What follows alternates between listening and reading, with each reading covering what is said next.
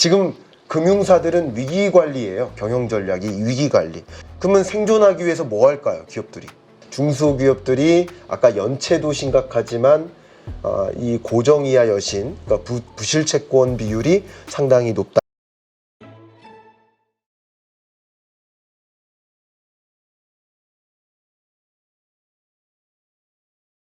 자, 저소득층, 취약층 그 자영업자 여기를 먼저 좀 도와야 된다. 이것이 한국 경제를 살리는 첫 번째 조치로 기초가 될 것이다.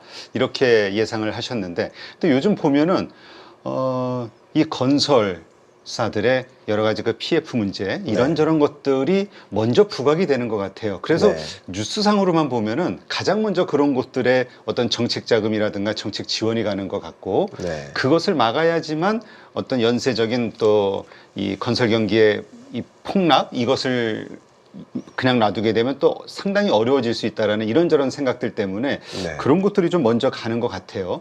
그러다 보니까 자연스럽게 저축은행들의 그 이 부동산 PF부터 시작해서 여러 가지 좀 위험한 받기 어려운 이 대출에 대한 규모 이런 것들이 뉴스에 나오던데 이 상황은 지금 어떻습니까? 일단 정말 한국 경제에 있어서 참 약한 고리가 뭘까에 대한 고민을 참 많이 하는데 그 약한 고리를 또 하나 꼽으면 역시 중소기업이라고 볼 수 있고 그 중소기업 중에서도 이따가 구체적으로 말씀드리겠지만 특히 이제 건설업 분야의 중소기업들이 계속 도산하고 있죠. 그런 여러 가지 배경을 말씀 주셨고 그러다 보니까 그게 금융부실로도 연결을 줍니다. 근데 한국은행 입장에서 지난 10월에 금리를 인하하게 된 여러 가지 배경 중에 또 하나인 거죠. 그러니까 예를 들어서 물가 상황을 보니까 물가 상승률이 1.6%로까지 떨어진 거예요. 2%라는 목표 물가 수준을 오히려 밑돈 수준까지 왔으니까 금리 인하 시점이 오히려 늦어졌다라고 한국은행은 이제 판단할 만한 할 수 있겠다라고 볼 수 있겠고 또 두 번째 내수 경기를 좀 보니까 앞서 이제 자영업 얘기도 했고 내수 경기도 좀 말씀을 드렸는데 내수 경기의 침체 상황을 좀 생각해 보면 역시 금리 인하를 더 이상 미루면 안 되겠다라는 판단을 또 여기서도 또 할 수 있는 것이죠. 근데 이제 또 세 번째 한국은행 입장에서 고민하지 않을 수가 없는 것이 금융 불안인데 말씀하셨던 것처럼 물론 가계부채의 규모 증가세 그리고 이 금리 인하했다가 부동산 가격이 더 폭등하는 거 아닌가 하는 우려 이런 이 두 가지 부분에 있어서의 금융 불안 이 금융 불안을 염려해서 금리를 인하하기가 조심스러운 부분도 있겠지만 또 다른 측면에서의 금융 불안 문제를 생각해 보면 한국은행 입장에서는 금리 인하를 하긴 해야 되겠다라는 또 판단을 할 수 있겠다고 해석해 볼 수 있어요. 그러니까 금리 인하가 필요하다라는 얘기가 아니라 이런 것들을 고려해서 금리 인하를 단행할 수밖에 없다. 그러니까 금융 불안의 내용에는 가계부채와 부동산 시장을 고려하면 금리 인하를 해서는 안 되겠다라는 판단일 수도 있겠지만 지금 말씀드리려는 이 금융 불안 관점에서는 금리 인하를 해서라도 이 금융 불안 문제를 조금 해소해야 되겠다라는 한국은행의 판단이 있다라고 해석해 볼 수 있겠죠.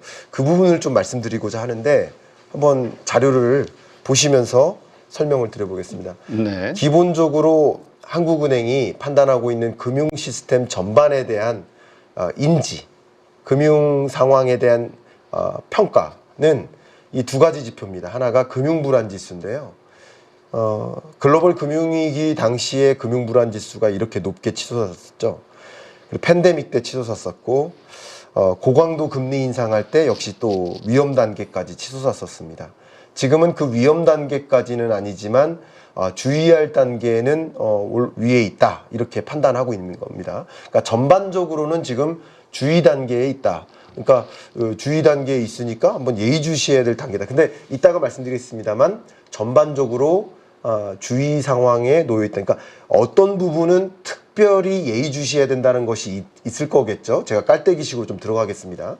그리고 금융 취약성 부분, 어떤 부분은 특별히 취약한 구조에 놓여 있다라고 판단도 할 텐데 그 부분을 좀 말씀드리겠습니다만, 보시는 것처럼 금융 취약성이라는 영역도 장기 평균선을 그어봤을 때 기본적으로 뭐 굉장히 심각하게 취약하진 않는다. 전반적으로 봤을 때는 그렇기 때문에 뭐 성급히 서둘러서 금리 인하할 필요까지는 아니다, 이렇게 보고 있습니다. 그런데 지금부터 말씀드릴 부분들을 보면 조금 더 적극적인 금리 인하가 필요하다라고 보는 그런 부분들이 있습니다. 바로 기업 대출이에요. 한번 볼게요. 기업 대출 규모의 증가세를 보시면 금융업권별로 보겠습니다. 먼저 기본적으로 기업 대출 증가율이 둔화되고 있죠. 전체적으로. 그리고 은행권 기업대출 증가율도 그렇고 비은행권 기업대출 증가율도 상당 부분 진전되고 있죠. 그러니까 잠잠해지고 있죠. 기업대출이 이렇게 안 늘어나네? 증가율이 둔화되고 있네? 그래도 안정화되고 있다라고 판단할 수 있어요. 이 자료만 보면. 그리고 기업 규모별로 봐도 특히 중소기업의 기업 대출이 많이 안정화되고 있네? 대출의 의존을 덜하고 있네? 대기업들이 오히려 대출 규모가 늘어나지 중소기업들은 대출 규모가 안 늘어나네? 이것만 보면, 대출의 증가세만 보면 금융 시스템이 불안하지 않은 것 같네 라고 오해하실 수 있습니다. 제가 오해라는 표현을 썼습니다. 네. 왜 그런지 말씀드릴게요. 왜 그러냐면요, 이 자료가 중요합니다. 지금 자료가. 고금리 시대죠. 네, 고금리고요. 최근에 부동산 PF나 그 밖에 여러 금융 부분의 부실 문제가 심각해지다 보니까, 제가 앞서서도 다른 주제로 이야기를 했지만 여러 위험 요인들이 등장할 때 경제 주체들이 가만히 있지 않는다. 알고 있는 위험에 당하지 않는다. 그 위험 요인이 있으면 그 위험을 우회하거나 피해가기 위해 대응한다. 그래서 금융사들이 부동산 PF발 그런 위기 신호, 위험 신호가 있을 때 그 위험을 감내하려 하지 않는다. 그러니까 뭐합니까? 금융사들이 다 하나같이 위기관리에 대응합니다. 경영전략 시즌인데요, 지금이. 기업들이 하나같이 위기관리라는 경영전략을 세웁니다. 작년부터. 지금 금융사들은 위기관리예요. 경영전략이 위기관리. 그러니까 돈 많이 벌자가 아니에요, 지금은. 그치, 지금 일단 생존을 하자. 예. 그러면 생존하기 위해서 뭐 할까요, 기업들이? 줄여야지. 금융사들이. 대출을 안 해주자예요. 위험한 기업들한테 대출해주지 말자예요. 그렇지. 위험하게 대출해주지 말자예요. 그러면 어떤 기업들한테 대출을 안 해줄까요? 위험한 기업들, 중소기업들입니다. 그렇지. 중소기업들한테 대출해주지 말자. 그렇지. 담보 부족하고. 그렇습니다. 그리고 중소기업 사업자 등록증 제출해주세요.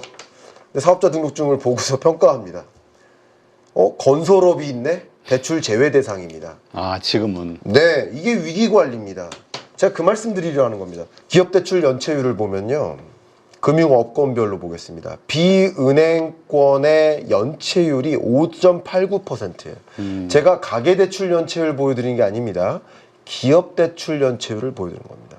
그러니까 기본적으로 전체 기업대출 연체율이 2.24%를 찍었는데 이게 은행 연체율을 찍은 게 아니에요. 은행 연체율은 괜찮아요. 아무 문제가 없는 거예요, 이 정도면. 네. 근데 전체 연체율이 2.24%로 장기 평균선을 훌쩍 올라간 것은 비은행권의 연체율이 정말 과도하게 올라가서입니다. 여러분 자료를 확인하실 수 있습니다. 그러면 이 비은행권의 연체율이 극도로 올라간 배경은 무엇이냐? 기업 규모별로 보셨을 때 대기업들의 연체율이 늘어서가 아니라는 거예요. 보시는 것처럼 중소기업의 연체율이 늘어서예요. 자, 이 부분을 좀 정리하겠습니다. 정리를 한다면 결국 기업대출 연체율이 중소기업의 비은행권, 그러니까 중소기업의 이금융권 연체율이 급격히 늘어나는 구조를 경험하다 보니까 은행권들이 대출 제외 대상으로 상정하다 보니까 중소기업을 중심으로 대출 제외 대상을 상정해 놓고 대출 규모가 급격히 감소한 겁니다. 네. 그러니까 오히려 금융이 불안이 안정화된 것처럼 보여요. 기업 부문의 대출 규모가 안정화된 것처럼 보이는 거죠. 사실은 내부적으로는 제가 이런 표현해도 될지 모르겠습니다만 골마 있습니다. 그러게 우리가 맨날 예. 기업 대출 하면은 중국의 기업 대출 뭐 지금 뭐 GDP의 뭐 100% 훨씬 넘을 것이다 뭐 막 이러면서 경고음을 발휘하는데 네. 우리가 이게 남의 얘기만은 아닌 것 같아요. 네. 우리가 지금 근데 좀 정리를 해보면 총 기업 대출이 어느 정도인 거죠? 네, 총 기업 대출 규모 면에서도 마찬가지고요. 기본적으로 아까 제가 그런 말씀 드렸습니다만 우리나라 전체 가계 부채도 뭐 한 1,900조 원 정도 된다고 했지만 기업 부채 규모도 역시 그에 육박하고 뭐 정부 부채 문제도 그렇고 3대 경제 주체들의 부채 문제가 역대 최대치인 거예요. 그러니까 사실 IMF 경제 전망 보고서 가지고도 말씀드렸지만 지금 글로벌 경제가 부채의 늪에 빠졌다라는 표현까지 썼어요. 그만큼 20년부터 24년까지 너무나 어려운 경제 국면을 만났기 때문에 이례적인 경제 국면이었잖아요. 그 국면에서 부채로 버텨왔던 거예요. 상당 부분은. 네. 그래서 가계 기업 정부가 상당한 경제 주체들의 부채에 의존한 경제를 버텨왔고 근데 그 하필이면 22, 23, 24년 고금리를 도입한 국면에 부채에 의존을 했기 때문에 더군다나 그 고금리의 역습을 받는 그런 국면이다 이렇게 정리를 할 수 있을 것 같습니다. 네, 그렇군요. 자, 그렇다면 이제 이 중소기업들을 포함한 기업 쪽에서의 또 약한 고리 네. 아래쪽이 이제 버티다 이제 어려워지기 시작하면 여기에서도 또 이게 어떤 트리거가 되는 거 아니냐, 네. 경제 위기가 네네. 되는 네. 이런 시각들에 대해서는 어떻게 보세요? 그런 시각에 대해서는 물론 가능합니다. 의견 드리겠습니다. 불가능한 건 없습니다. 가능합니다. 그러나 저의 의견을 드린다면 이거는 이제 금융업권에 계신 분들도 다 같은 생각을 하고 계실 텐데요. 그냥 극단적으로만 말씀드리면 이렇습니다. 은행이 괜찮으면 괜찮아요. 우리나라 구조로 보면. 그러니까 기여도를 계산을 하셔야 돼요. 그러니까 우리나라의 자금 규모나 전체 금융 사이즈에서 은행 1금융권의 금융 사이즈를 한번 생각해 보시면 기여도 면에서 1금융권의 금융 부실 문제가 없다면, 예를 들면 연체율 문제가 없다면, 부실채권 비율의 문제가 없다면 사실 2금융권의 문제가 큰 금융위기나 시스템적 리스크로까지 갈 가능성은 상대적으로 좀 떨어진다라고 의견을 좀 드릴게요. 근데 현재의 경우에도 앞에 계속 말씀드렸던 것처럼 2금융권의 연체율이 늘어나고 있는 것이고 2금융권 전체가 아니라 아까 말씀드렸던 것처럼 중소기업인 거예요. 대기업의 대출 규모가 절대적으로 많을 거 아니에요. 그렇죠. 예, 절대적인 규모 면에서. 그러니까 이 규모 면에서는 절대적으로 작은 겁니다. 미국도 마찬가지인데요. 상업용 부동산의 부실 문제가 심각하잖아요. 근데 상업용 부동산 시장에 익스포저 노출되어 있는 그 금융사들의 부실 문제가 심각한 거 맞아요. 근데 미국의 은행 개수가 10,000개가 넘는데 그 금융 부실한 상황에 그 금융사들이 그 기여도 면에서 0.05%예요. 그러니까 이게 이들이 문제가 있고 이들이 쓰러지는 거 맞지만 이들의 부실로 미국의 건재한 금융 시스템 자체가 붕괴된다라고 평가하기는 어려워요. 그러나 뭐 있을 수는 있겠죠. 뭐 소위 뱅크 데믹이라는 현상처럼 이런 일들로 인해서 공포감을 갖고 뭐 예를 들어서 뭐 대규모 뱅크런 현상이 일어난다든가 뭐 그런 식으로 도미노 현상이 일어날 수는 있겠죠. 그러나 현재로서는 그러한 현상이 뱅크 데믹으로 전개될 것이다. 혹은 뭐 우리 한국의 금융 시스템에 뭐 시스템적 리스크로 불거질 것이다. 라고까지 평가하기에는 좀 상당히 좀 희박하다라고 의견을 좀 드리겠습니다. 네. 자, 그렇다면 저축은행발 우리가 사실 과거에도 저축은행발 좀 위기 상황이 좀 있긴 했었죠. 네. 그래서 좀 많이 흔들렸는데 그 정도로까지 퍼지는 않고 수습은 될 것으로 이렇게 네. 좀 이해를 하면 되겠군요. 네, 그 부분을 좀 더 정확하게 진단을 해드리도록 하겠습니다. 자료를 한번 보시면요. 이 고정 이하 여신 비율이라는 개념인데 괜히 이게 경제학 용어가 어려운데 설명을 좀 드리면 네.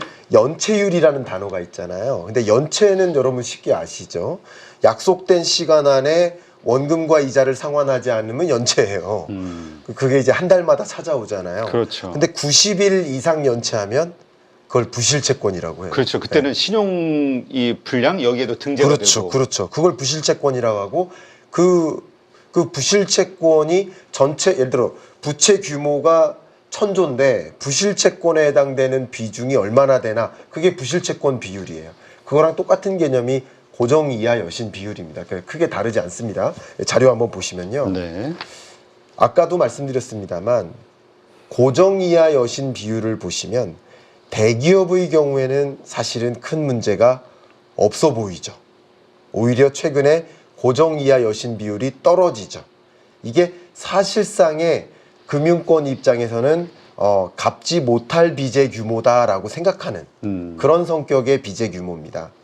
그러면 전체 중소기업이 빚지고 있는 것 중에 고정 이하 여신 비율이 0.5%를 초과하겠구나라고 보고 있는 거예요. 지금 현재. 그러니까 이 빚의 규모가 상당히 심각한 겁니다. 그러면 산업 관점에서는 누구의 빚의 문제다? 중소기업의 빚의 문제다. 중소기업들이 아까 연체도 심각하지만 이 고정 이하 여신, 그러니까 부실채권 비율이 상당히 높다. 0.5%나 된다라고 이제 정리를 할 수 있겠고요. 그러면 이 중소기업 중에서도 어떤 산업의 문제가 심각할까? 자료를 보시는 것처럼 극단적으로 높은 게 어떤 산업이에요? 건설업이죠. 건설업이 극단적으로 높습니다. 그죠? 1.34%의 정점을 찍었습니다. 근데 자동차 산업은 우리가 생각하고 있다시피 지금 경기가 좋잖아요. 경기가 좋듯이 고정 이하 여신 비율이 오히려 하향 안정화되고 있습니다.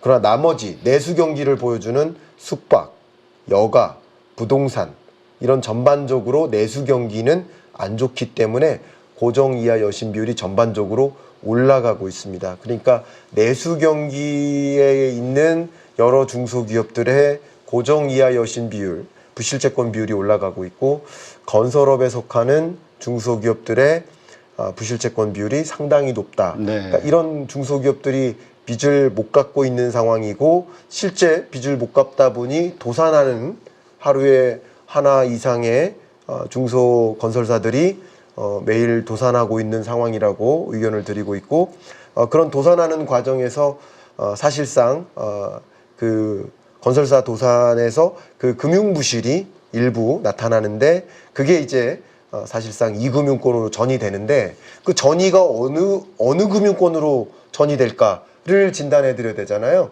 그래서 금융 관점으로 지금 설명을 드리겠습니다. 금융기관 관점 보겠습니다.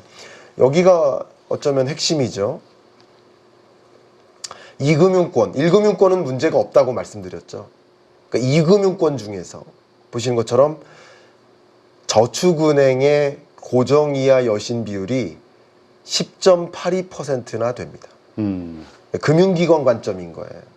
그러면 이제 정리해 보면 건설업이나 내수 관련 중소기업들이 저축은행으로부터 추가적인 대출을 의존을 했는데 결국 도산하거나 대출을 못 갚고 있는 상황이고 계속 못 갚다 보니 저축은행은 결국 부실 상황을 떠안게 되는 상황이다 라고 말씀을 드리겠고 그 밖에도 상호금융 또 몇몇 증권사들도 상당히 힘들어졌다라는 말씀을 좀 드리고요. 그러면 그러다 보니 어떤 문제까지 놓이게 될까?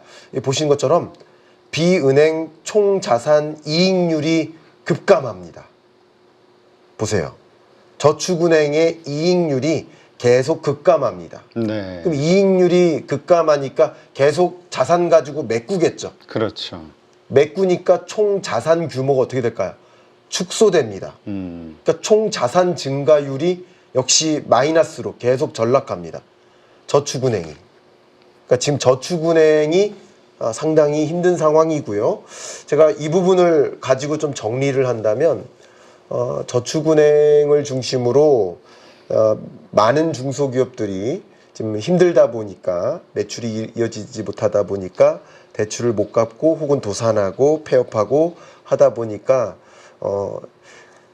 이제 자영업자뿐만 아니라 중소기업들이 대출을 못 갚고 그러다 보니까 이제 이 저축은행들이 금융부실을 떠안게 되는 이런 상황으로 전개되는데, 다만 이 과정에서도 굉장히 재밌게도 굉장히 많이 돈을 벌고 있는 저축은행들도 있습니다. 네. 그러니까 모든 저축은행들이 위험한 게 아닙니다.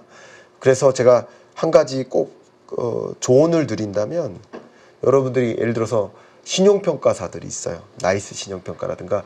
여러분들이 저축은행에 저축을 하고 계신다면 그 신용평가사에 조회를 해보세요.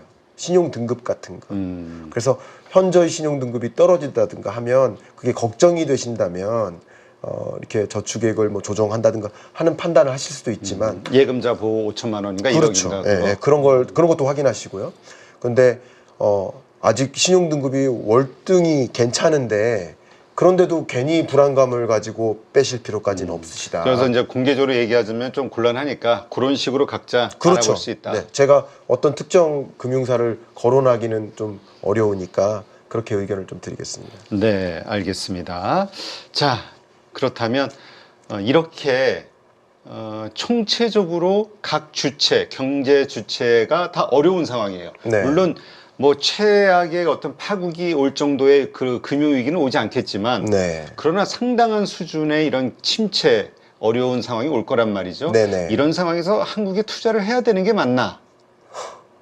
그러니까 이런 와중에 참 우리 제도적인 개편도 제대로 잘 안 일어나고 있고, 금투세 상법 개정. 그렇죠. 그런 면도 참 부진하고, 또 코리아 디스카운트적인 그런 영역도 그렇고, 또 자금은 글로벌 펀드나 글로벌 채권 펀드, 주식 펀드도 미국 북미로 계속 향하고 있고, 또 글로벌 지정학적 움직임이나 또 역시 지정학적 공포, 이제 전쟁을 비롯한 이런 일들도 증시를 억누르고 이런 과정이기 때문에, 또 이 와중에 저는 참 재밌지만 이게 맞다 틀리다를 논하기를 떠나서 이 정부 사이드에서도 소위 말하는 국민연금 기금운용본부조차 해외 주식 비중을 늘리잖아요. 그렇죠. 뭐 국내 거보다 거의 2배 이상 늘리고 있으니까.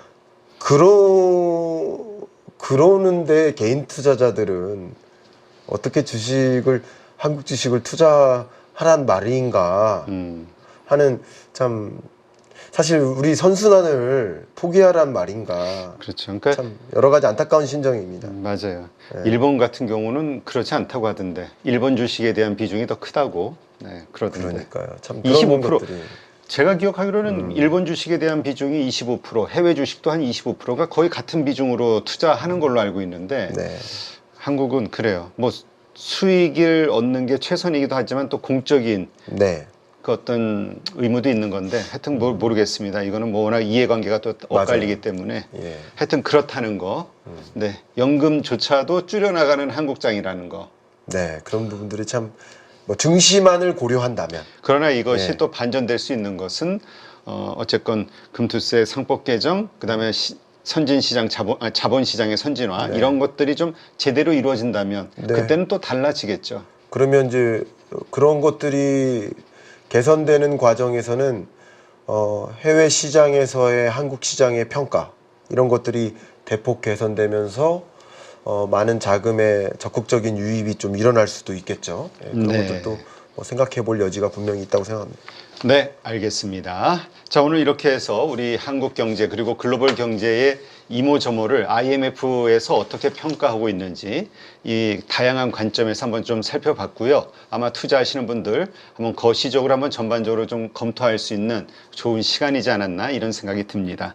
오늘 이렇게 좋은 인사이트 함께 해주신 김광석 교수님 고맙습니다. 감사합니다.